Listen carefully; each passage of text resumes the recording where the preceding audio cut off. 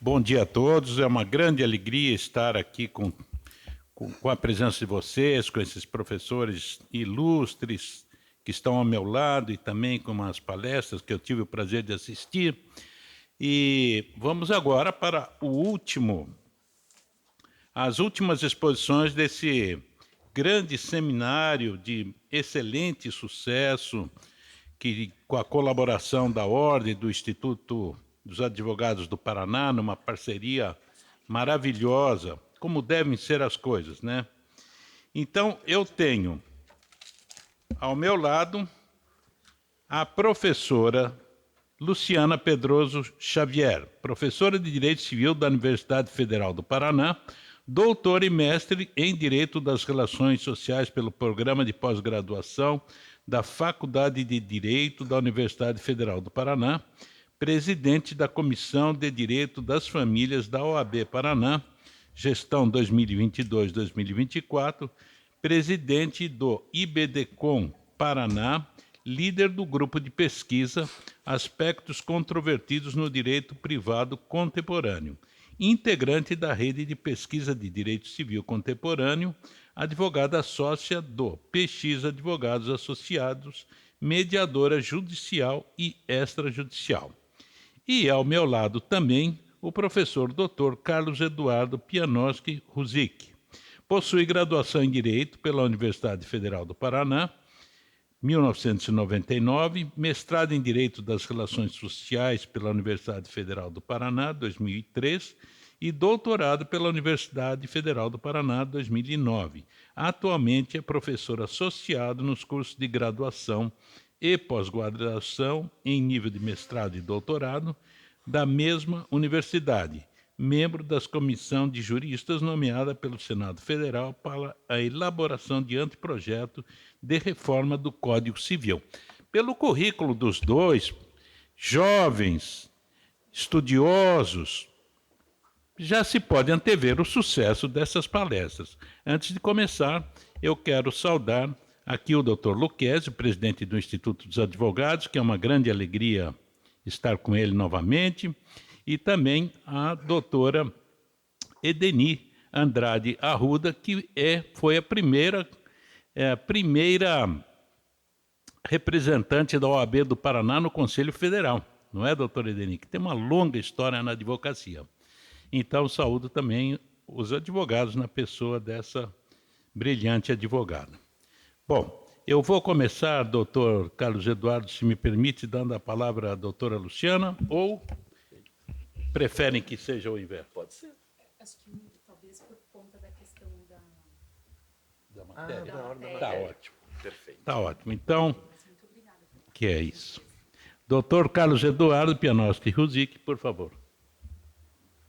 Professor Vladimir Passos de Freitas, presidente da Academia Paranaense de Letras Jurídicas, muito obrigado. Na sua pessoa, eu agradeço imensamente ao convite da academia, que muito me honra, permitindo dialogar com as senhoras e os senhores sobre a reforma do Código Civil. Minha querida amiga, professora Luciana Pedroso Xavier, presidente do nosso Instituto Brasileiro de Direito Contratual aqui no Paraná, colega da Universidade Federal do Paraná. Professor Guilherme Lucchesi, presidente do nosso Instituto dos Advogados do Paraná.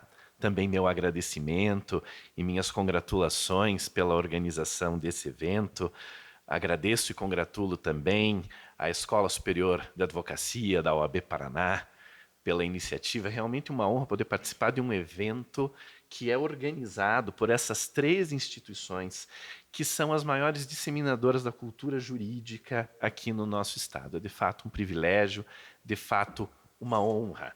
Saúdo as senhoras e os senhores, nas pessoas da doutora Edni Arruda, na pessoa do professor João Casilo e na pessoa do professor Cleiton Reis.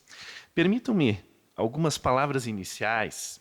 O professor Cleiton Reis foi meu professor de responsabilidade civil, lá pelos idos de 1998. Ali começou a paixão pela responsabilidade civil.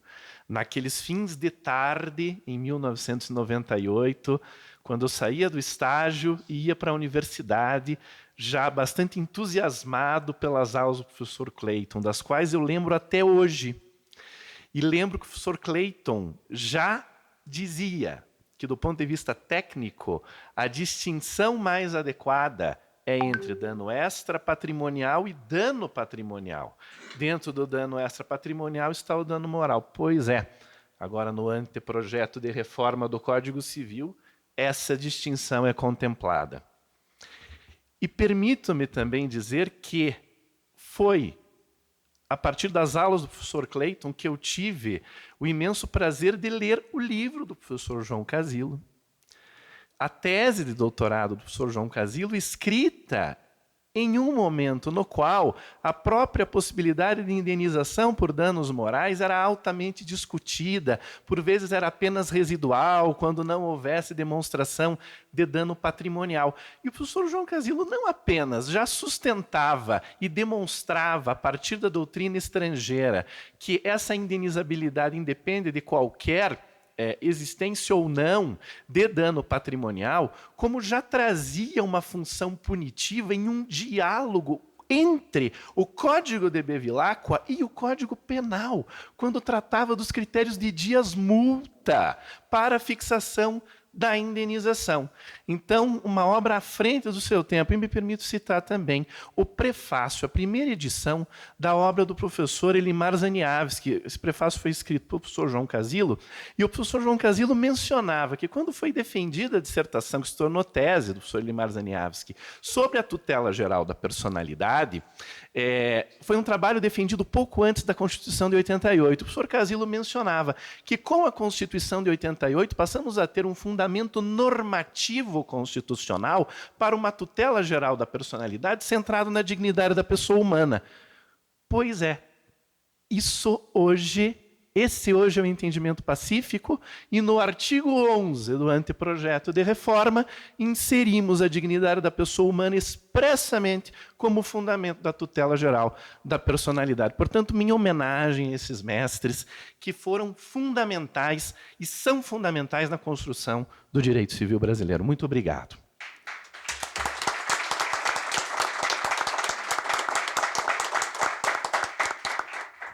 Iniciando o tema específico dessa fala sobre o direito das sucessões na reforma do Código Civil. Essa é uma reforma que tem 3 vetores fundamentais. Tenho dito isso em todas as palestras. Um primeiro vetor, positivação da jurisprudência consolidada no STJ e no STF. Nós temos jurisprudência consolidada nesses últimos 20 anos, nas 2 cortes, em controle de constitucionalidade e na uniformização na legislação federal.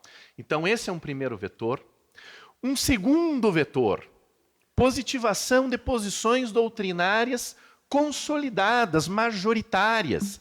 E há situações, isso já deve ter sido claramente observado, em que o anteprojeto contraria a jurisprudência do STJ porque ela não corresponde à doutrina majoritária. E aqui é um dado muito importante. Foi uma comissão muito abrangente, uma comissão com um grande número de juristas, para que não seja uma reforma de uma cabeça só. E para que não seja uma reforma de prevalência de posições doutrinárias isoladas, mas daquilo que é efetivamente majoritário, daquilo que é efetivamente consolidado. Nos pontos em que não havia consensos mínimos, a comissão não apresentou proposta, por uma questão de responsabilidade, porque entendeu que não haveria maturidade doutrinária e jurisprudencial para isso. Então, o que se apresentou dentro do anteprojeto é aquilo que é objeto de consensos mínimos. O professor Flávio Tartucci sempre insiste, dentro dessa comissão, no momento das votações, no momento das deliberações, não era o momento de fazer valer a doutrina individual de cada um, mas aquilo que cristalizasse o que era majoritário e, assim, trouxesse segurança jurídica. E o terceiro vetor, atendimento a demandas sociais. Seja na proposta de regras sobre novos temas, quando há aquilo que o professor Luiz Edson Fachin chama de insuficiência textual do Código, para dar conta de problemas contemporâneos, mas também para corrigir certos rumos de determinadas escolhas que foram feitas no Código de 2002 e que talvez não façam sentido na contemporaneidade, demandando algumas alterações. A gente verifica isso claramente em todos os livros e verifica isso certamente no livro do Direito das Sucessões. E eu vou começar com o tema mais polêmico. Sucessão legítima. O Código Civil de 2002 extinguiu o usufruto vidual e colocou em seu lugar um direito sucessório do cônjuge sobrevivente, em concorrência com os descendentes, de modo condicionado a regimes de bens, e em concorrência com os ascendentes. Como explica a professora Gisele de Hironaka, já desde o primeiro momento, os primeiros comentários ao Código Civil, o cônjuge se tornou uma espécie de classe privilegiada de sucessores. Então, concorrendo, em regra, com a primeira classe, concorrendo sempre com a segunda e sucedendo na ausência de descendentes e de ascendentes. Só que essa concorrência sucessória foi proposta no projeto que foi gestado lá a partir de 69, e que se tornou projeto de lei em 75, em uma realidade muito diferente. Em uma realidade na qual o Brasil não tinha nem divórcio. E, portanto, não se cogitava, salvo em situações de viuvez, de segundas núpcias. Situações em que os casamentos, de fato, eram pensados e vividos até que a morte os separe, ainda que em muitas situações fossem casamentos de mera aparência. A realidade contemporânea, porém, é diversa. Nós vivemos a realidade em que o divórcio é um direito potestativo, goste-se ou não disso, com reconhecimento constitucional disso desde 2010. O Supremo Tribunal Federal reconhecendo que é um direito potestativo incondicionado. Isso está plasmado na vida social. As pessoas, muitas casam, se divorciam, casam de novo, constituem uma união estável e se criam situações familiares nas quais nós vamos ter, quanto à prole, os meus, os seus e os nossos. São realidades familiares nas quais, lá no momento da sucessão, haverá os sucessores descendentes do primeiro ou do segundo casamento, ou da primeira ou da segunda união estável, os sucessores e descendentes daquele casamento ou daquela união estável que se dissolveu por morte, todos eles concorrendo. E concorrendo, na regra atual, também com o cônjuge, sobre patrimônios que foram constituídos, e é esse o objeto da concorrência, fora do casamento. Porque, senhoras e senhores, vejamos o que diz o 1829. A concorrência é a regra, sim. Mas onde ela ocorre? Ela não ocorre na comunhão universal. Por quê? Porque já há ameação sobre tudo. Ela não ocorre na separação obrigatória de bens, e que hoje já nem obrigatória é, por decisão do Supremo. É uma espécie de nudge para casar por separação, mas podendo escolher outro regime. O Supremo converteu o que era obrigatório em um nudge. Portanto, a própria prevalência desse dispositivo hoje é duvidosa. E no regime da comunhão parcial, se o autor da herança não houver deixado bens particulares, ou seja, isso quer dizer que é sobre os particulares que incide a concorrência, sobre os adquiridos antes do casamento, ou sobre os adquiridos por sucessão ou doação individual. Os bens comuns são objeto de meação, os bens particulares são objetos de sucessão. Vejam só, quem casa por separação convencional absoluta não tem meeiro, mas tem herdeiro. O cônjuge é herdeiro. Nossa, mas eu casei por separação absoluta. Não importa. Após a morte, haverá concorrência sucessória. Por que era assim? Porque não havia divórcio e o casamento era até que a morte o separe. O grande professor Torquato Castro, da Universidade do Recife, foi quem gestou essa regra. Naquele contexto. E aí o que ele dizia? Como nós estamos extinguindo o usufruto vidual, e como o regime, já na época do projeto, supletivo já não seria mais a comunhão universal, seria a comunhão parcial, Mas não havia no projeto divórcio? Não havia? A compensação ao afastamento da comunhão universal seria uma regra sucessória. De modo que, na prática, a partir da vigência dessa regra, quem casa, casa com efeitos patrimoniais. Se não houver efeitos patrimoniais em vida, haverá efeitos patrimoniais após a morte, sem a possibilidade de afastá-los, nem mesmo por testamento, porque o cônjuge é qualificado como herdeiro necessário. Em segundas núpcias, isso é um desastre. Desculpem. Esse não era um problema ao tempo em que o genial Torquato Castro gestou a regra, porque era uma outra realidade. Mas isso é um problema hoje.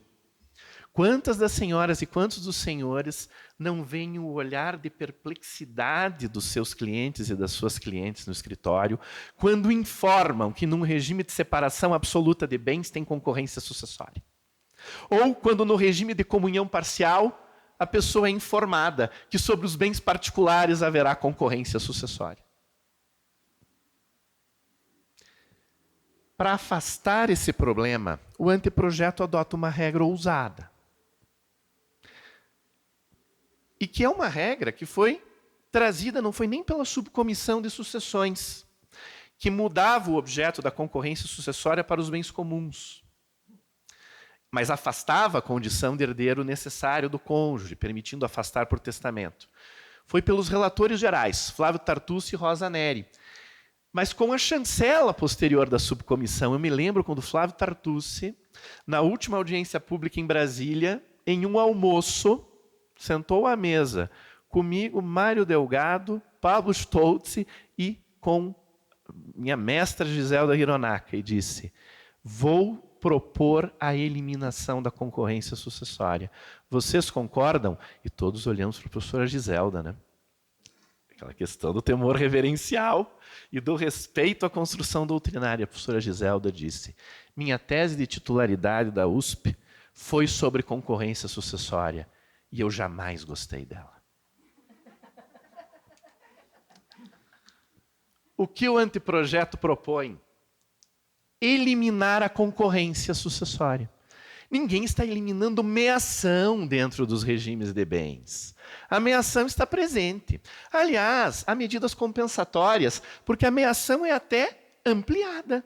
Quando a gente pensa em regime de comunhão parcial de bens, a gente tem um critério de avaliação das benfeitorias, objetos de meação, que leva em conta o valor atual da benfeitoria e da accessão. Quando a gente pensa em sociedades constituídas antes do casamento, crescimento patrimonial dessas sociedades, hoje o STJ diz isso é mero fenômeno econômico, isso não se partilha, o anteprojeto diz isso vai ser partilhado. Crescimento econômico da sociedade, mesmo constituída antes do casamento. Medidas compensatórias. O cônjuge vulnerável que eventualmente tenha sido excluído da sucessão e que se mostra uma vulnerabilidade econômica, admite-se um usufruto sobre os bens da herança, que o juiz vai avaliar em concreto. Na separação absoluta de bens, se houve aquilo que a gente chama de economia do cuidado, a pessoa casou por separação absoluta, mas se dedicou à casa e aos filhos. Sai sem nada do casamento após a morte do cônjuge ou após o divórcio. O Código prevê uma prestação compensatória, a modo do que acontece no direito espanhol, do direito francês, uma prestação compensatória, pela economia do cuidado. São medidas compensatórias, mas fora da sucessão. Na sucessão, a proposta é restabelecer a ordem original. Descendentes, na falta de descendentes, os ascendentes, na falta de ascendentes, o cônjuge ou o convivente, na união estável, em linha com o que o próprio Supremo Tribunal Federal decidiu, em bom momento, pela inconstitucionalidade do 1790 do Código Civil. Então a gente traz para a regra cônjuge ou convivente, e na falta desses, colaterais até o 4º grau. Sei que a proposta é polêmica, mas ela tem sido lida de modo equivocado por muita gente, até alguns senadores, e que acabam supondo que estamos eliminando a meação na comunhão parcial ou na comunhão universal. É claro que não é isso. Estamos apenas eliminando a concorrência sucessória para que as pessoas tenham as suas legítimas expectativas quanto à própria escolha do regime de bens atendidas, inclusive na perspectiva da sucessão. Mas a gente vai além. Como é difícil fazer planejamento sucessório hoje, né? Como é difícil. Tantos limites legais, tantas restrições. Uma regra geral do 426 que diz: é proibido o contrato sobre herança de pessoa viva, é nulo o contrato sobre herança de pessoa viva. Tantas restrições. Regras sobre colação que dificulta a realização de bens singulares para os sucessores. Porque se eu doar um imóvel para o meu filho A, outro imóvel para o meu filho B, quando eu morrer daqui a 100 anos, porque vai levar mais ou menos isso, o que vai acontecer é que, se o imóvel doado para o filho A valorizar mais do que o imóvel doado para o filho B, o filho A vai ter que dar uma compensação para o filho B. Quando eu doei imóveis de valores iguais, porque o CPC de 2015 adota uma regra de colação que você não pode mexer, a não ser que você diga que saiu da porção disponível, dizendo que a colação do bem é pelo valor ao tempo da abertura da sucessão. Um monte de limites, um monte de balizas de ordem pública. O que nós estamos propondo no 426? Uma ampliação dos pactos sucessórios. Hoje temos pouquíssimos. Hoje temos a partilha em vida, esse animal exótico, como diria a Bevilacqua, e que é pouco utilizada. Hoje há muitos limites, poucas possibilidades. Nós propomos ampliar as possibilidades. Não são considerados contratos tendo por objeto herança de pessoa viva os negócios. Vejam só. Firmados em conjunto entre os herdeiros necessários, que sejam descendentes, e que disponham diretivas sobre colação de bens. Pode-se escolher o critério de colação. Eu acho mais justo o critério do CPC. Seguimos o critério do CPC. Mas eu acho mais justo o critério do Código francês, que não é o valor ao tempo da abertura da sucessão, é o valor ao tempo da partilha. Adota-se o critério do Código francês, que também é o critério do Código argentino. Eu acho mais justo o critério do Código alemão, que é o critério de colação pelo valor ao tempo da liberalidade. Adota o critério do Código alemão. Eu acho mais justo o critério de colação em substância, devolvendo a coisa para o acervo, e não da colação em valor. Pois então, todos definem, de antemão, colação em substância. Ampla autonomia privada. Para definir os critérios futuros de colação em um planejamento sucessório. Excesso inoficioso. Qual o critério para definir o excesso inoficioso? Há um critério legal que se torna supletivo. As partes podem definir em conjunto, todas em conjunto, outro critério. Partilha de participações societárias, o que em conjunto com a nova redação proposta para o artigo 1028 do Código Civil, permitirá, desde que haja no contrato social e em pacto sucessório celebrado com o de cujos e os descendentes, a possibilidade de que, independentemente de inventário, se consiga, após a morte, transferir cotas sociais administrativamente, realizando-se no inventário as compensações devidas, facilitando a transição dos sucessores dentro da sociedade, desde que tenham previamente pactuado, estejam todos de acordo. Portanto, mesmo ainda estando vivo ascendente comum.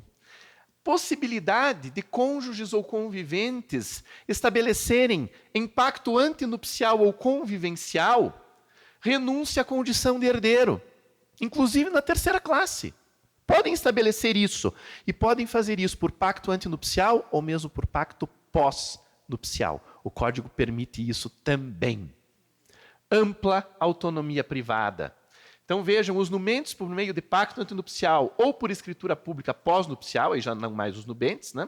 E os conviventes por meio de escritura pública de união estável podem renunciar reciprocamente à condição de herdeiro. E claro, há algumas condições para garantir patrimônio mínimo, né? Se não deixar parentes sucessíveis também, regras sobre direito real de habitação, dando uma disponibilidade, mas dizendo que a renúncia ao direito de herança não gera automaticamente uma interpretação extensiva quanto ao direito real de habitação. Aí alguém pode dizer, nossa, mas esses pactos sucessórios são contrários à nossa tradição jurídica de civil law. Estamos admitindo aí algo que não há em lugar nenhum. Ah, é? Gente, a gente tem há décadas o Erbvertrag no direito alemão, no BGB.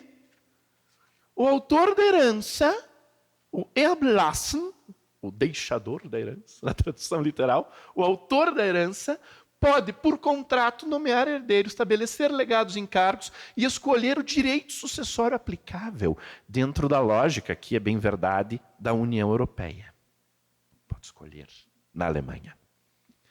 Ah, mas não pode definir partilha. É que daí você faz disposição unilateral pelo parágrafo 2299 dentro do Erbvertrag. Eu posso fazer no contrato disposição unilateral que eu faria no testamento. Então, consensual, nomeação de herdeiro, legados, etc. Ah, mas renúncia prévia não pode. Pode. 2346.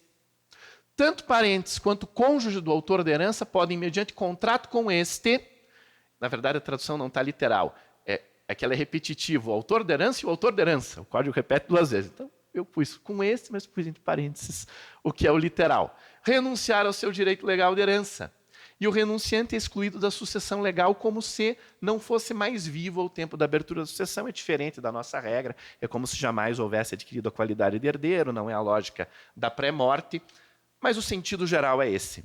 Então, o efeito da renúncia. Vejam, isso não é alheio à tradição do civil law. Então, nós estamos trazendo regras que se inspiram naquilo que de longa data é consolidado no direito alemão. Regra de colação. Ela vai ser objeto de disposição entre o autor da herança e todos os seus futuros sucessores. Pode ser objeto de disposição.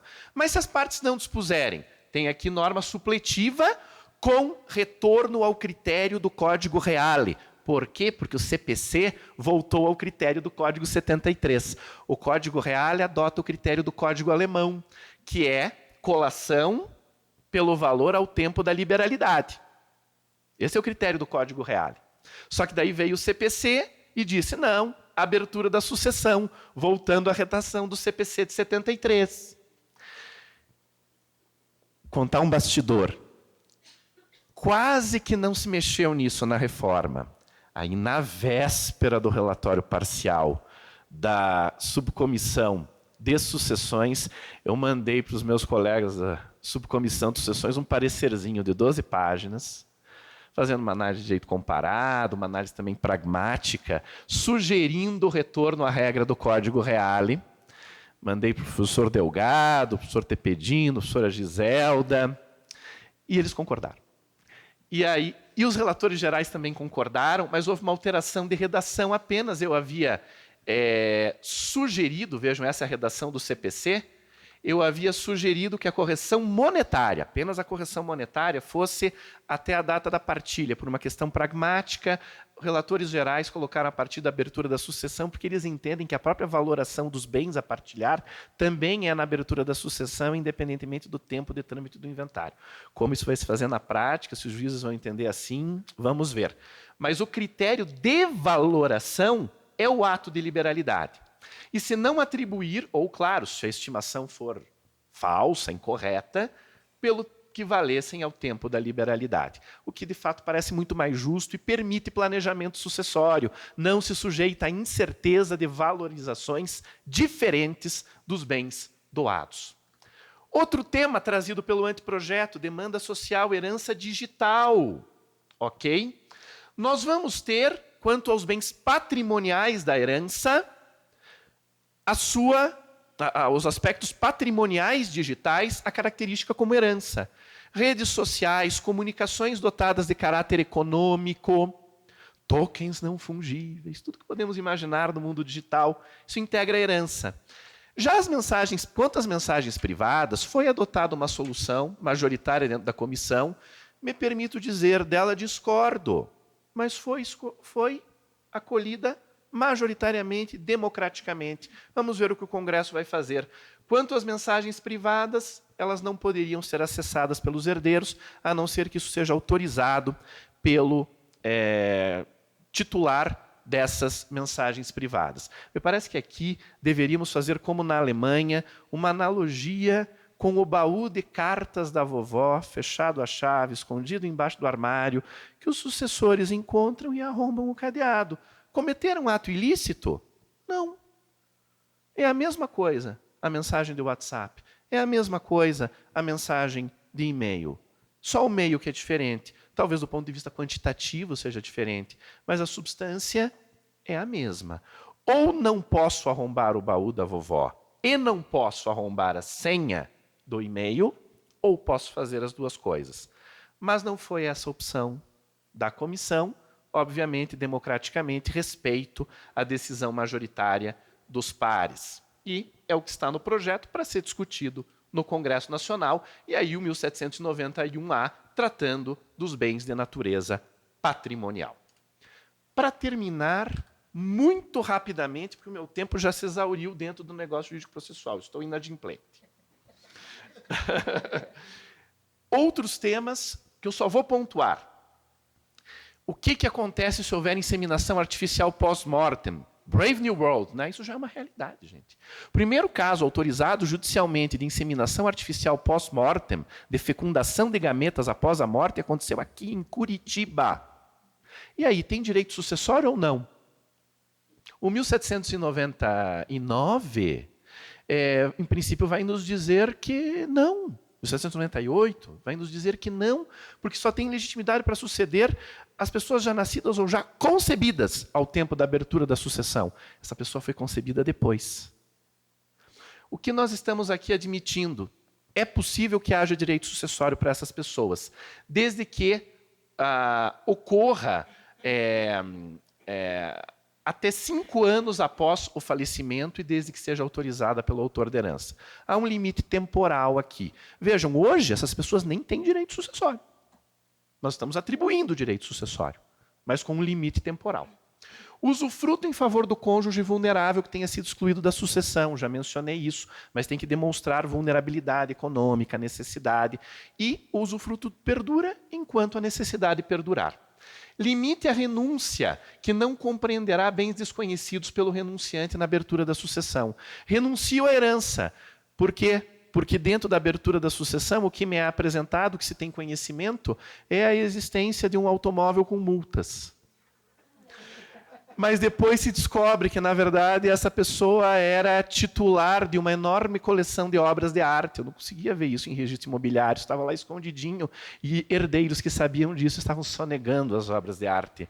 Ah, mas você renunciou ao todo. Não, a isso você não renunciou. Possibilidade de deixar até 1/4 da legítima a descendentes, aqui ficou, nossa, o que é isso, os erros de digitação aqui, que sejam considerados vulneráveis ou hipossuficientes. Imaginem um descendente com uma deficiência. Eu posso, no meu testamento, deixar para essa pessoa, além do que caberia a ela legítima, e além da porção disponível, um pedacinho da legítima, ou seja, eu amplio o que é disponível em favor dessa pessoa vulnerável. E direito real de habitação, finalmente, em favor da família parental. Seja aquela família composta por irmãos consanguíneos que vivem juntos em comunidade de entreajuda, seja irmãos socioafetivos. E aí eu vou terminar com uma história de 20 anos atrás. 20 anos atrás, o professor Rodrigo da Cunha Pereira consulta a mim e ao professor Faquim no escritório para que fizéssemos um parecer na seguinte situação. 4 idosos viviam juntos há muito tempo. Não tinham filhos, tinham apenas colaterais remotos. Um deles era proprietário de um imóvel, onde todos viviam. Esses idosos se tratavam como irmãos, eram reconhecidos socialmente como irmãos, viviam uma família fraternal de entreajuda. Morreu aquele que era proprietário do imóvel. De repente, aquele sobrinho neto, que nunca queria saber da existência daquele tio-avô, meu tio-avô querido, que tragédia, ele morreu. Mas como se diz no Janis Kik, ironicamente, do Giacomo Puccini, né? Vai-se o de cujos, mas fica a herança. E essa pessoa vai atrás dessa herança. e pretende expulsar aqueles outros 13 idosos daquela residência. E o parecer que o professor Fachin e eu fizemos naquela ocasião sustentou a existência de fraternidade socioafetiva, com o reconhecimento de uma família parental, permitindo o direito sucessório. Infelizmente, isso não prevaleceu por 2-1 no Tribunal de Justiça do Estado de Minas Gerais. Essas pessoas ficaram sem o imóvel e foram expulsas daquele imóvel em que viviam. Com o anteprojeto do Código Civil, se essas pessoas registrarem, pelo menos, essa família parental, terão direito real de habitação sobre esse imóvel. Pois bem, professora Luciana, desculpe por ter violado aquilo que pactuei, pacta sunt servanda. Mas rebus sic stantibus. Muito obrigado, professor. Muito obrigado a todas e todos.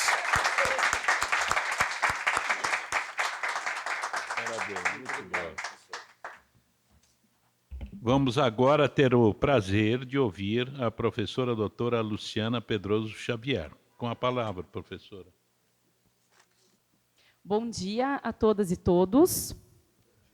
É uma honra imensa participar desse seminário que, de uma forma bastante pioneira, está debatendo o importantíssimo anteprojeto de reforma do Código Civil. Eu gostaria de cumprimentar o presidente da Academia Paranaense de Letras Jurídicas, nosso sempre professor, Dr. Vladimir Passos de Freitas. Também gostaria de cumprimentar meu caro amigo Carlos Pianowski. E sempre que eu tenho tido oportunidade de falar junto ao Carlos, eu tenho feito questão de registrar a importância do trabalho que ele realizou na comissão. Porque, muito embora ele estivesse formalmente como membro da subcomissão de contratos, quem acompanhou os debates, os trabalhos, até nas sessões públicas do YouTube, percebeu o quanto ele realmente teve contribuições que foram singulares. Uma delas, ele comentou conosco, que é essa alteração do critério de colação, que é algo que vai realmente corrigir um equívoco do CPC e que fará toda a diferença no dia a dia da advocacia. E se as doutoras, os doutores tiverem a oportunidade de assistir essas sessões, verão como a participação e todo o esforço profissional, pessoal, as horas dedicadas a isso, em relação ao professor Carlos, foram fundamentais para que nós tivéssemos um texto muito mais adequado para este anteprojeto. E também, um ponto que acho muito importante na nossa sociedade registrar, e que nós sempre temos oportunidade de aprender com ele, é a forma muito cordial, é a forma muito elegante com a qual ele se expressa. Ali, em alguns momentos, nós tivemos um debate que se tornou acalorado, mas ele sempre com esse respeito ao pensamento divergente, sempre muito atento com o ser humano, defendendo algo no direito e atuando também dessa maneira na sua vida pessoal, na sua vida profissional, que também é algo que é digno realmente de todo o nosso elogio. Eu gostaria também de agradecer a esse convite, e aqui faço na pessoa da doutora Giane Câmara, também a possibilidade de estarmos hoje sendo acolhidos pelo Instituto dos Advogados do Paraná, na pessoa do Dr. Guilherme Lucchesi, também toda a estrutura que nos foi proporcionada pela Escola Superior de Advocacia, na pessoa da doutora Marília Xavier, e realmente agradecer a participação, a presença das doutoras, dos doutores, e podem ficar tranquilos que, como nós celebramos esse negócio jurídico processual, vamos fazer aqui algumas adaptações e tentar realmente passar o máximo de conteúdo. Até peço desculpas se falar um pouco corrido, podem levantar a mão, me sinalizar, eu realmente estou muito entusiasmada. E assim, então, a gente vai também ter a preservação do tema que, na verdade, foi ontem à noite, né, que foi do direito aos alimentos. E, com isso, eu gostaria, e é algo bem desafiador, de iniciar declamando uma poesia de uma poetisa curitibana que também tem formação jurídica, foi professora há muitos anos, e que é membro benemérito da Academia Paranaense de Letras Jurídicas, e de quem eu realmente sou fã. Então, quem ainda não conhece, né, há vários livros muito lindos dessa poetisa, que é a Adélia Maria Werner, e fico um pouco acanhada de fazer isso na presença da minha querida amiga, nossa medalha Vieira Neto, doutora Edini Arruda, porque quem é próximo à doutora Edini sabe como ela é conhecida por fazer declamações que são realmente maravilhosas. Então, já peço desculpas, doutora Edini, pelas minhas limitações. Então, eu pensei nesse poema porque eu acho que ele diz muito sobre o que a gente veio conversar aqui no Direito das Sucessões. Mais especificamente, eu falarei sobre a sucessão testamentária. Então, o poema diz assim: cheguei à estação da vida e embarquei no trem que era meu. Vivi encontros e despedidas, alegrias e sofrimentos. Penetrei em cada espaço e saboreei todos os momentos. Agora, na última parada, constato que tudo se resume no eterno recomeçar. E quando nós falamos em direito das sucessões, estamos falando desse eterno recomeçar, porque, no fundo, nós queremos deixar um legado, nós não queremos ser esquecidos, nós não queremos esquecer das pessoas que nos encantam. Então, por isso que é um tema tão delicado, que, como nós verificamos nesses debates do anteprojeto, despertaram tantas paixões e até algumas incompreensões. Então, o nosso objetivo hoje é elucidar e comentar um pouco dessas questões. E, na subcomissão de Direito das Sucessões, nós tivemos a felicidade de ter realmente expoentes do direito sucessório. Então, até em oportunidades que eu abordei outros temas da reforma com muito respeito, mas cheguei a fazer algumas críticas que tiveram algumas indicações que, não embora o brilhantismo dos membros não tinham tanta pertinência com aquele ou outro livro, sobretudo com muita franqueza na parte geral, me parece que aconteceu isso. Mas nos outros livros, e aqui também no Direito das Sucessões, nós temos realmente a professora Giselda, professora titular, né, agora encerrando seu ciclo na Universidade de São Paulo, com uma carreira brilhante, dedicada ao direito das sucessões. Professor Gustavo Tepedino, também professor titular da UERJ. O professor Mário Delgado, que fez um trabalho, né, faz um trabalho brilhante lá no IBDFAM, até tendo tido um anteprojeto só da parte, né, específica de sucessão sendo trabalhada. Também um ministro muito experiente também que pôde trabalhar esses temas. E a comissão como um todo, que também nós verificamos que foi um passo muito importante em prol de uma maior diversidade de pensamento, pluralidade, também a questão de nós termos agora uma participação feminina. É bem verdade que não se chegou a uma paridade, mas já foi algo também que foi um passo muito importante que foi dado. E até uma questão regional e de representações das mais diversas profissões do mundo jurídico, né? Mas também algo que aconteceu e que foi bastante desgastante para todos nós foram as fake news. Claro, como tudo que acontece está sujeito a fake news, com o anteprojeto, infelizmente, não ia ser diferente. Então, aqui até em outros momentos conversando, muitos colegas falaram: nossa, mas eu estou gostando muito das palestras, eu estou tendo um outro olhar sobre o anteprojeto, como o professor Carlos até mencionou, de terem algumas notícias que mostraram uma incompreensão sobre alguns pontos. Então, eu deixei aqui um QR Code, depois também vou disponibilizar esse material, em que as doutoras, os doutores, podem baixar o relatório final e o quadro comparativo. E, em direito das sucessões, isso é realmente muito importante, porque nós hoje estamos criando instrumentos, como, por exemplo, a elaboração de testamentos em favor de clientes nossos, que vão ser regidos pela lei vigente na data da abertura da sucessão.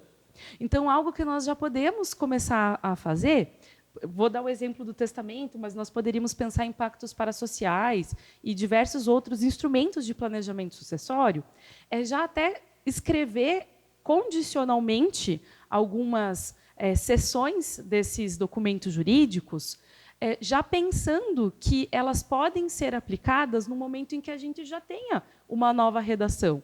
É bem verdade que na tramitação, provavelmente a gente vai ter mudanças no texto, isso é natural de um processo legislativo, mas em direito das sucessões, em temas como, por exemplo, o do 426A, que permite, né, os pactos sucessórios, etc., nós temos toda a condição, como advogadas, advogados, de já realizar um trabalho criativo. E isso vem a homenagear, né, o nosso trabalho, essa elaboração muito customizada para os nossos clientes. Também, na questão das fake news, nós também tivemos, né, ao lado delas, posições que foram muito polarizadas, né? Então, eu sou totalmente a favor ou eu sou totalmente contrário. E, nesse sentido, eu, como professora de direito civil, estudiosa da matéria, tudo que é sobre o direito civil me interessa, né? Me diz respeito. Então, eu fui muito aberta, muito entusiasmada, e percebi realmente a seriedade do trabalho que buscou ser feito, até num tempo muito exíguo. É raro a gente ver uma entrega de um documento tão robusto em tão pouco tempo, e também a qualidade, o brilhantismo dos membros que compuseram as subcomissões. É evidente que há pontos que também eu discordo, pontos que eu entendo que merecem e que há ainda essa possibilidade de haver um polimento, de se existir um aprimoramento durante o processo legislativo, mas eu prefiro entender de que, se está hoje colocado, é uma realidade o anteprojeto, né, cabe a nós, é o nosso papel, estudar e sermos propositivos, e não engenheiros de obra pronta, né? E, nesse sentido, um ponto que eu entendo que é fundamental e que foi realmente um avanço na sucessão testamentária, digo isso com muita alegria, foi um novo olhar sobre o regramento da sucessão testamentária no caso das pessoas com deficiência. Então, nós temos muitas críticas ao Código atual, quando ele aborda a sucessão testamentária das pessoas com deficiência, pelo fato de que, dependendo da questão, por exemplo, no caso do deficiente visual, só poderia fazer o público, e uma série de restrições que são colocadas, que estão relacionadas a uma visão hoje que não corresponde com a nossa atual, das pessoas com deficiência, como uma visão, às vezes, até mesmo capacitista. Então, depois da Convenção da ONU de Nova York, né, nós tivemos uma série de questões de internalização que culminaram com o Estatuto da Pessoa com Deficiência. Hoje, nós temos um novo olhar, em que a pessoa com deficiência ela não pode, a prioristicamente, ser considerada uma pessoa que tem uma limitação na sua capacidade, até porque nós temos uma série de situações que podem constituir, né, aqui nos termos da lei, obstáculos ou não, e situações muito diferentes entre si. E, nesse sentido, até vejo aqui o nosso querido aluno, o Tiago, que é tabelião, realmente nós vamos ter várias situações interessantes, né, para que haja uma adaptação para que as pessoas com deficiência possam utilizar tecnologia assistiva, e assim eles possam escolher testar por qualquer um dos meios. Então, isso é algo muito importante que realmente dá o acolhimento e o espaço que as pessoas com deficiência merecem nesse campo.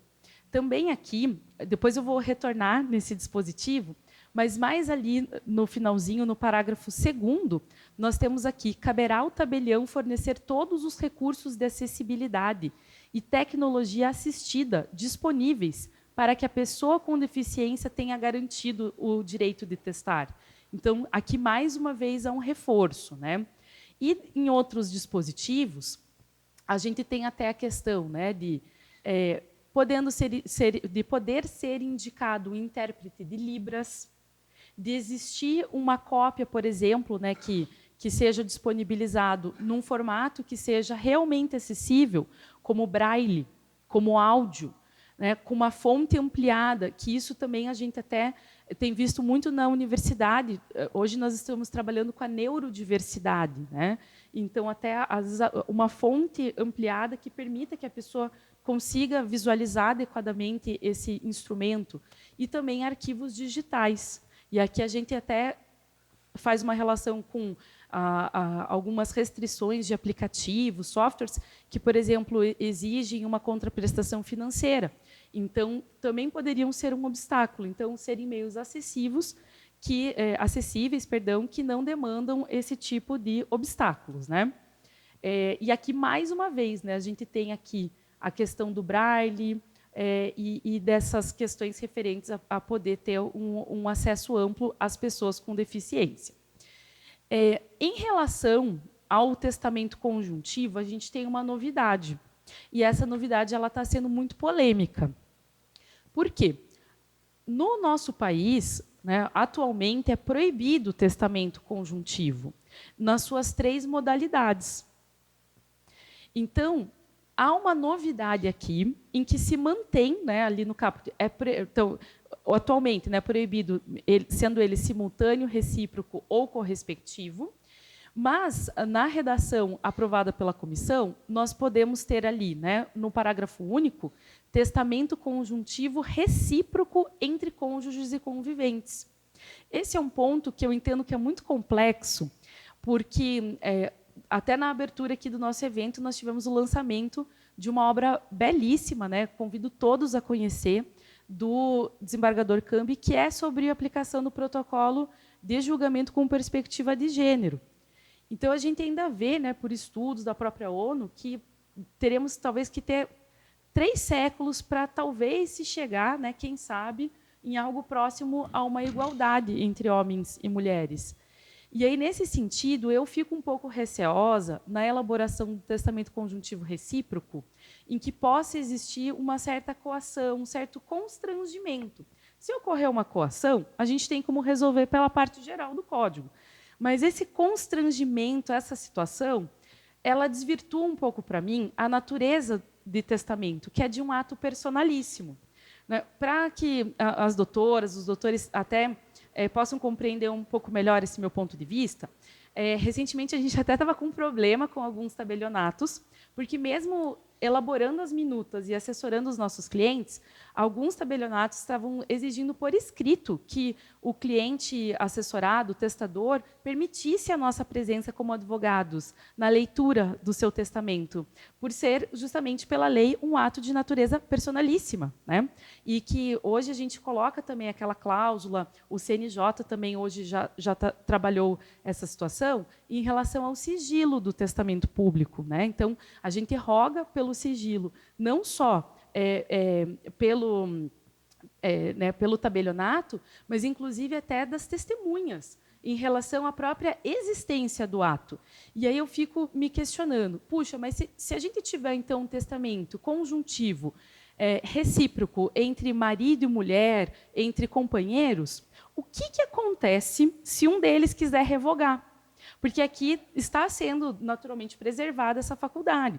E esse é um cuidado que também nos planejamentos sucessórios eu sempre tomo, porque às vezes o cliente nos procura e ele fala assim, olha, doutora, vai ser muito simples o meu caso, porque o meu marido ou a minha esposa, né, companheiro, enfim, o companheiro, ele já fez um testamento, e eu até tenho a cópia aqui para a doutora analisar aqui na consulta. Só que aí qual que é a situação que a gente tem que informar? Nossa, excelente! Porém, o testamento ele pode ser revogável a qualquer momento. Então, pode ser. Nós não estamos questionando a existência deste documento, mas a gente não sabe se ele vai ter eficácia. Porque pode ser que no dia seguinte o seu marido, a sua esposa tenha decidido revogar. E não tem como você saber essa informação, porque a gente só vai posteriormente ao óbito, né, no site do SENSEC, faz o cadastro, junta a certidão de óbito, paga as custas, e daí que a gente vai ter a certidão que vai dizer sobre a existência ou não do testamento e qual que foi o posterior. Então, eu tenho muito cuidado quando faço planejamento sucessório para não me basear muito em testamento, não deixar, digamos assim, todos os ovos nessa cesta, porque pode ser que haja uma figuração e que, às vezes, a matriarca, o patriarca, eles fazem para acomodar uma harmonia momentânea na família, e eles aceitam e fazem aquilo, mas que, num segundo momento, eles podem revogar, né? Então, esse é um ponto que eu acho que a minha sugestão seria para manter a redação atual, né? Sujeita, claro, a compreender outros pontos de vista. Um ponto também bem interessante, aqui elogiável, foi em relação ao codicilo. Aqui, muitas vezes, existem bens que são de pequena monta, né, um valor relativamente baixo, mas que tem um valor sentimental muito alto para a família, né, para os herdeiros. E aí a gente tem, hoje em dia, uma divergência. Porque o código ele fala, né, bens de pouca monta. Só que o critério comparativo do pouca monta ele é polêmico do ponto de vista jurisprudencial e também doutrinário. Então, eu tenho que considerar, né, o valor do bem em si. O bem em si tem que ser de pequena monta? Ou eu faço um cotejo analítico com o patrimônio daquela pessoa? Então, vamos pensar assim, no caso... deixa eu pensar... peço desculpas pelo exemplo, mas é o primeiro que me veio à cabeça. O jogador de futebol, Neymar, né? Então, talvez aqui, um bem para ele seja de pequena monta, se comparado um bem de 2 milhões de reais. É de pequena monta, se comparar com o patrimônio dele. Já, infelizmente, se for comparar com o meu, já não teria a mesma resposta, né? Então, nesse sentido, a gente tem uma evolução, porque nós vamos ter aqui, o valor à disposição que não exceder a 10% do monte mor partilhável. Então, aqui eu tenho uma clareza, eu tenho algo que realmente vai dar mais segurança jurídica. E outra coisa, até a gente está com um caso que está discutindo isso, felizmente, acho que a gente vai conseguir fazer um acordo, até foi um pedido da outra parte, mas a gente vai fazer de tudo para atender, em prol assim, de uma cooperação, é que houve uma mensagem de WhatsApp deixando um bem que não tem um valor tão alto, mas também não é tão baixo, para uma neta. E aí, na contestação, houve um tópico em que a outra parte está dizendo que aquele print do WhatsApp, do decujus, seria, então, um codicilo, em que, numa mensagem, ele falou que estaria deixando para a neta. Mas o problema é a falta de critério, porque não é em comparação ao monte mor dele, não é um valor que hoje a gente poderia entender que é tão baixo, né? Então, é algo que também vejo assim, com bons olhos. Bom, outro ponto que acho que os professores de direito das sucessões vão ficar felizes, né, professor Carlos, é a revogação dos testamentos especiais, que é o marítimo, o aeronáutico e o militar. Eu digo isso porque a gente sempre, né, tem que lecionar, até acho que vai ser daqui a 2 semanas, no meu caso, para a graduação. E assim, eu nunca trabalhei num caso desse, eu já troquei muitas ideias com colegas mais experientes também, e a gente não vê aplicação, né? Então, eu achei que foi sábia essa retirada. E aí, digo, a permanência do testamento nunculpativo. Esse, sim, na pandemia, foi fundamental. O testamento nunculpativo, esse permanece, mas os especiais foram revogados, né? Aqui eu também vou colocar um receio meu, mas que, digamos, é mais no sentido de que nós pensemos em soluções para isso, e até com diálogo com outros profissionais, né, de uma área mais aí da tecnologia da informação, enfim, né, não somos nós, juristas, que vamos ter a solução técnica para isso.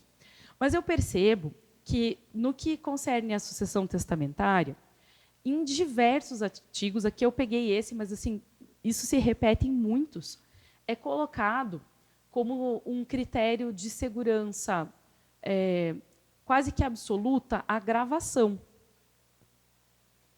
E eu lembro de conversas que eu tive, por exemplo, com o professor Zeno Veloso, em que ele me falava, olha, Luciana, sempre daquele jeito tão simpático dele, ele comentava que ele já estava fazendo gravação de testamentos, né, e sugeriu, em alguns casos, também adotar essa prática.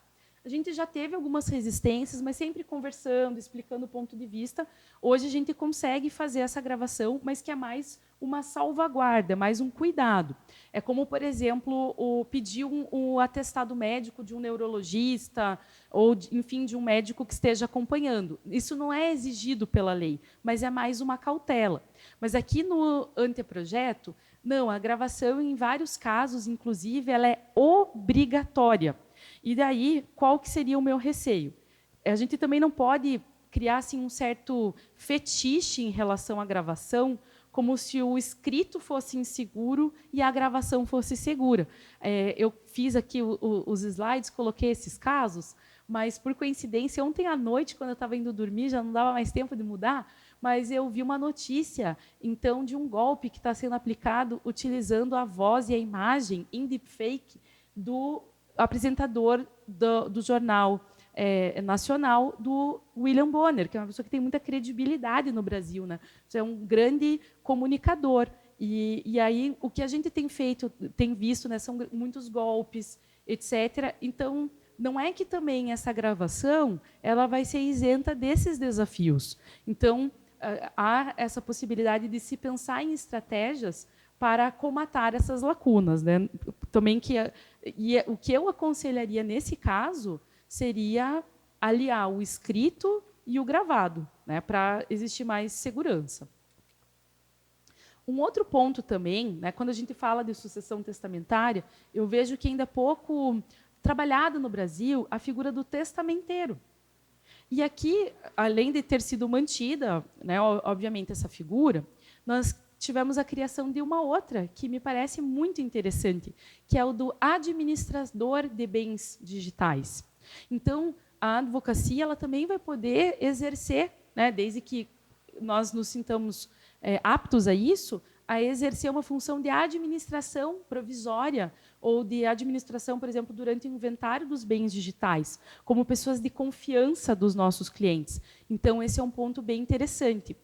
Outro ponto também que eu vejo com bons olhos é o fato da manutenção do testamento cerrado. Ele é muito criticado, mas, para mim, é um tipo de testamento excelente, porque é o único em que nós realmente temos o sigilo sobre o que está sendo declarado lá, né?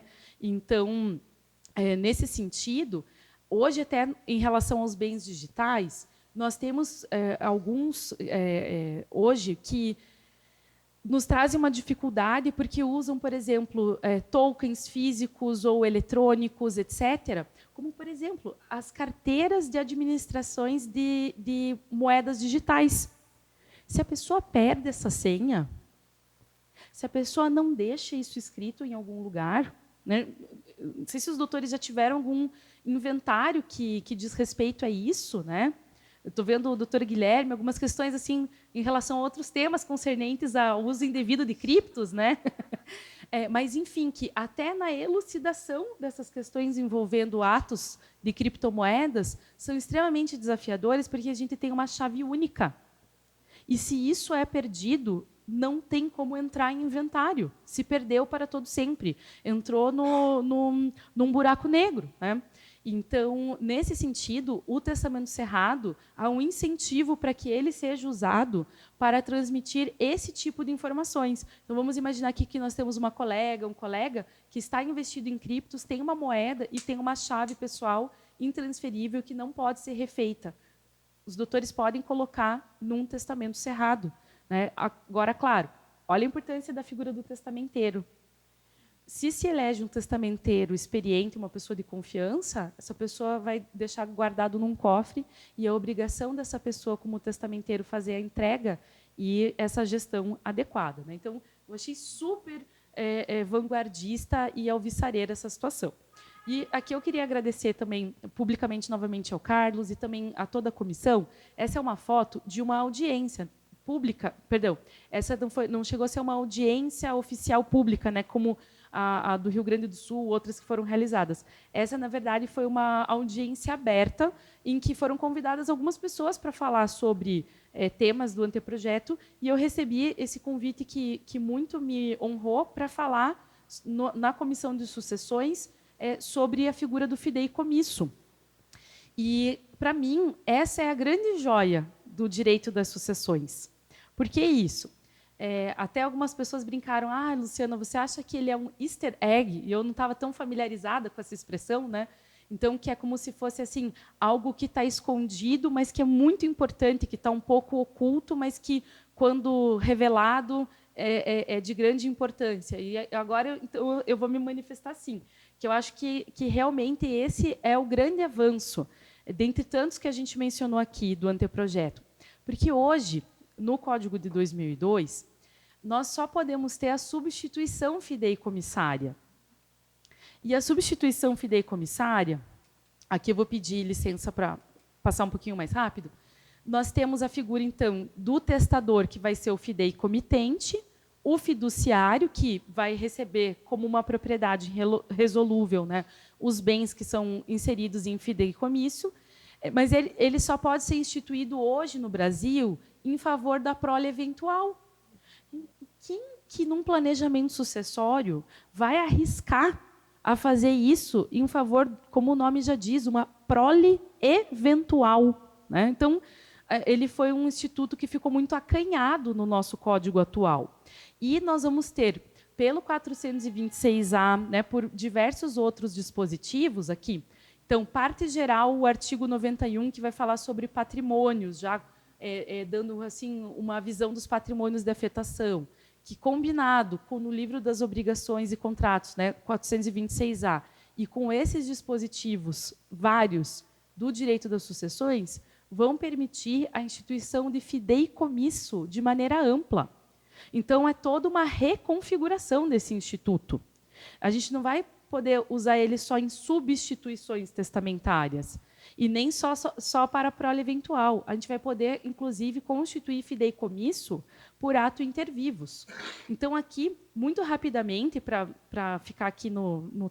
Vou até ser franca, professor Carlos, eu talvez também tenha adimplido aqui um pouquinho o nosso negócio jurídico, peço desculpas aqui a todos, mas para que, então, a gente encerre demonstrando como é alvissareiro esse instituto, né? Nós podemos ter a aplicação do fideicomisso, por exemplo, para realizar uma sucessão por etapas. Então, hoje, pelo princípio da SESINE, pelas nossas regras, a pessoa, né, houve um falecimento, os herdeiros eles já vão receber todos os bens, né, pelo droit de SESINE. E isso, muitas vezes, nos causa problemas, porque, às vezes, os herdeiros não têm uma maturidade ainda para administrar os bens, e a gente percebe depois, na prática, as situações que ocorrem. E, nesse sentido, com o fideicomisso, nós vamos poder colocar critérios para isso. Então, por exemplo, ao se completar 18 anos, vai se receber 1/4 da herança, preferencialmente em ações em cotas da pessoa jurídica tal. Quando houver formatura em curso superior, então podem ser colocados vários critérios interessantes. Tem um seriado na Netflix, gente, aqui não estou falando da alta sétima arte, por favor, né? Mas é ilustrativo para a gente perceber como está próximo de nós, que se chama o Casal Perfeito. Não sei se assistiram. Ele fala sobre trust, porque o critério que dá ensejo a uma investigação criminal, vou tentar aqui não dar spoilers, falar meio genericamente, é o critério que foi estabelecido no Family Trust, o critério de sucessão em etapas. Então, bem interessante. Também, na proteção de pessoas que podem ser consideradas vulneráveis. Então, por exemplo, pessoas idosas. A gente tem a possibilidade da curatela em relação aos cuidados por pessoas que têm, né, uma facilidade maior de realizar esses atos, né, mais próximos, mas uma gestão patrimonial que, aqui, pelo anteprojeto, pode, inclusive, ser uma gestão profissional por pessoa jurídica. Então, vejam que esse vai ser também um novo nicho de mercado, a administração profissional dos bens. Aqui eu coloco só uma ressalva. No nosso país, tem me preocupado muito a questão das bets. Nós começamos a pegar os primeiros casos de divórcio, realmente ocasionado por bets. Na semana passada, a gente teve um caso, recebemos que a esposa, ela descobriu, está muito abalada, que o marido, então, está um adicto digital em bets e que eles já estão com uma dívida de R$100 mil, né, e um regime de comunhão. Então, essa questão da gestão profissional, para que ela realmente homenageie as possibilidades do fideicomisso, ela precisa ser muito bem regulamentada no nosso país, né, que não tem demonstrado muito cuidado com a nossa população, nesse sentido. Bom, também na questão de filhos com deficiência. Aqui nós vamos ter a possibilidade do testamento pupilar, que é algo que não existe. Hoje, se a gente quiser apesar dos pais serem usufrutuários dos bens dos filhos, eles não podem testar pelos filhos, porque a capacidade é a partir dos 16 anos. Agora vai poder, pelo testamento pupilar. Aqui tem que também tomar muito cuidado, né? Acompanhamos o caso daquela atriz mirim, hoje adulta, que trabalhou muito e que o Ministério Público não percebeu, que a magistratura que autorizou alvarás para que ela trabalhasse em diversas novelas, filmes, também não percebeu que ela era uma criança que trabalhava de forma pejotizada e com um percentual mínimo na sociedade. Então, muito embora ela tenha sido a única a realmente constituir renda daquela pessoa jurídica, até pelos critérios societários, ela tinha uma participação tão pequena que, ao se desentender, ganhar voz e se desentender com os pais, ela decidiu abandonar mesmo isso e seguir em frente, que acho que até foi uma decisão, pela idade ainda jovem dela, muito madura, né, nesse sentido. Então, eu até sou contrária a esse usufruto, mas aqui o fideicomisso pode também desempenhar um papel importante, porque, nesses casos, pode ser criado, a pedido do MP, por exemplo, um fideicomisso específico só para cuidar desses bens, e que não fiquem os pais como os administradores, né? Mas que justamente haja essa fiscalização maior. Aí os doutores poderiam dizer, mas, puxa, a gente tem prestação de contas, mas, gente, muitas vezes 2 anos depois, a Inês já é morta, né? Então, várias questões importantes. E uma outra situação também de vulnerabilidade são os filhos com deficiência, que eu estava comentando. Tem um livro muito bonito de um escritor paranaense que se chama O Filho Eterno, do Cristóvão Tesa. E ele trabalha as expectativas e as agruras dele pensar isso. O que vai acontecer comigo quando eu falecer e eu deixar um filho que precisa de mim? Então, essa também vai ser uma aplicação muito nobre do fideicomisso. E, por fim, também na tutela dos animais.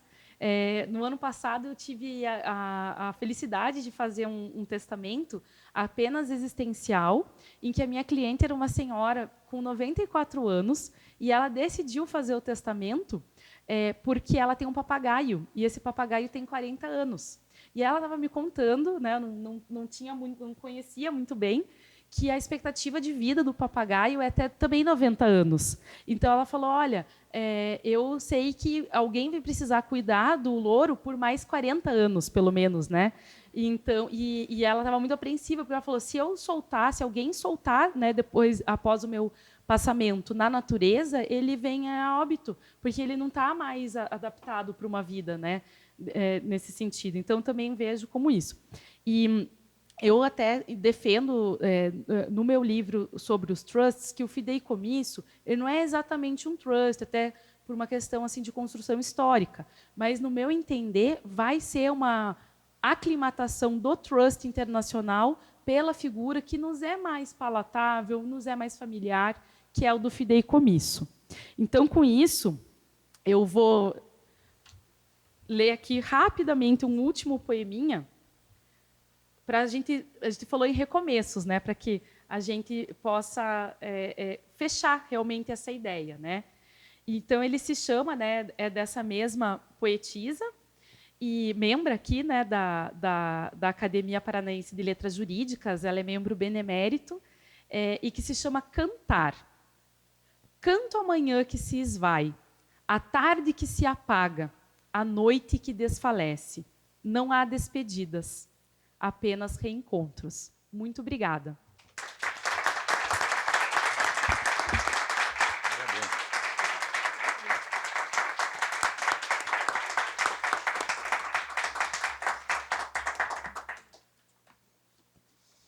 Como todos podem perceber, fechamos com chave de ouro esse seminário e com a palestra dos 2 jovens juristas aqui presentes, que foram simplesmente excelentes. Chegou, então, o momento do encerramento. O seminário sobre a reforma do Código Civil brasileiro foi um sucesso. Os que estão aqui desde o primeiro dia sabem disso, tiveram oportunidade de ver palestras de elevado nível. com uma plateia interessada, discussões enriquecedoras. Isso aconteceu pela colaboração, pela parceria de 3 entidades: a Escola Superior da Advocacia da OAB, na pessoa da doutora Marília Pedroso Xavier, do Instituto dos Advogados do Paraná, na pessoa do seu presidente, doutor Guilherme Lucchesi, e, por óbvio, a nossa Academia Paranaense de Letras Jurídicas, que tenho a honra de presidir. Porém, por justiça, há que se fazer um registro. A ideia, o acompanhamento, a luta, a preocupação, todos os passos foram do acadêmico Luiz Antônio Câmara, que hoje aqui não está porque teve, por motivos profissionais, que se ausentar, pediu desculpas a todos. Eu sou testemunha do seu esforço para que tudo desse certo. E deu. Mas este esforço não teria sucesso se não tivesse a ajuda de sua esposa, a doutora Jeane Câmara, com certeza, que aqui se encontra, zelando por tudo, tirando a garrafa da mesa para a foto ficar mais bonita, até esses detalhes.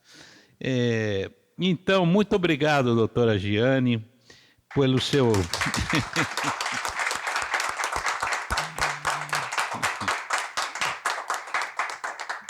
E esse sucesso também é em razão da presença dos que aqui estão, né? Interessados até o último momento, desde pessoas experientes como a doutora Edeni, até jovens. Tem uma moça ali que eu acho que está na graduação, não? Que bom! Que bom que parece, mas não. E jovens como o doutor João Casilo, de espírito, com certeza. Eu agradeço muito aos acadêmicos que aqui estão e que colaboraram, fizeram palestras, não só os que estão aqui hoje, e hoje registro o acadêmico João Casilo, o acadêmico Cleiton Reis, que fez essa belíssima palestra também, e a escondida como sempre, discretíssima professora Ângela dos Prazeres. A descrição dela é proporcional aos méritos, pode ter certeza. Então, a confreira Ângela também aqui participando, e com isso agradeço finalmente a todos os presentes, são tantos, o desembargador Guido, a professora Maristela, brilhante professora da PUC, que proferiu uma palestra também excepcional, e tantas pessoas amigas aqui. Agradeço a todos e agora, então, declaro encerrado o seminário, procedendo em seguida à entrega dos certificados. Obrigado. Vamos tirar a foto clássica. Excelente palestra, parabéns, doutor Pianoso. Muito obrigado. Doutora Luciana, parabéns.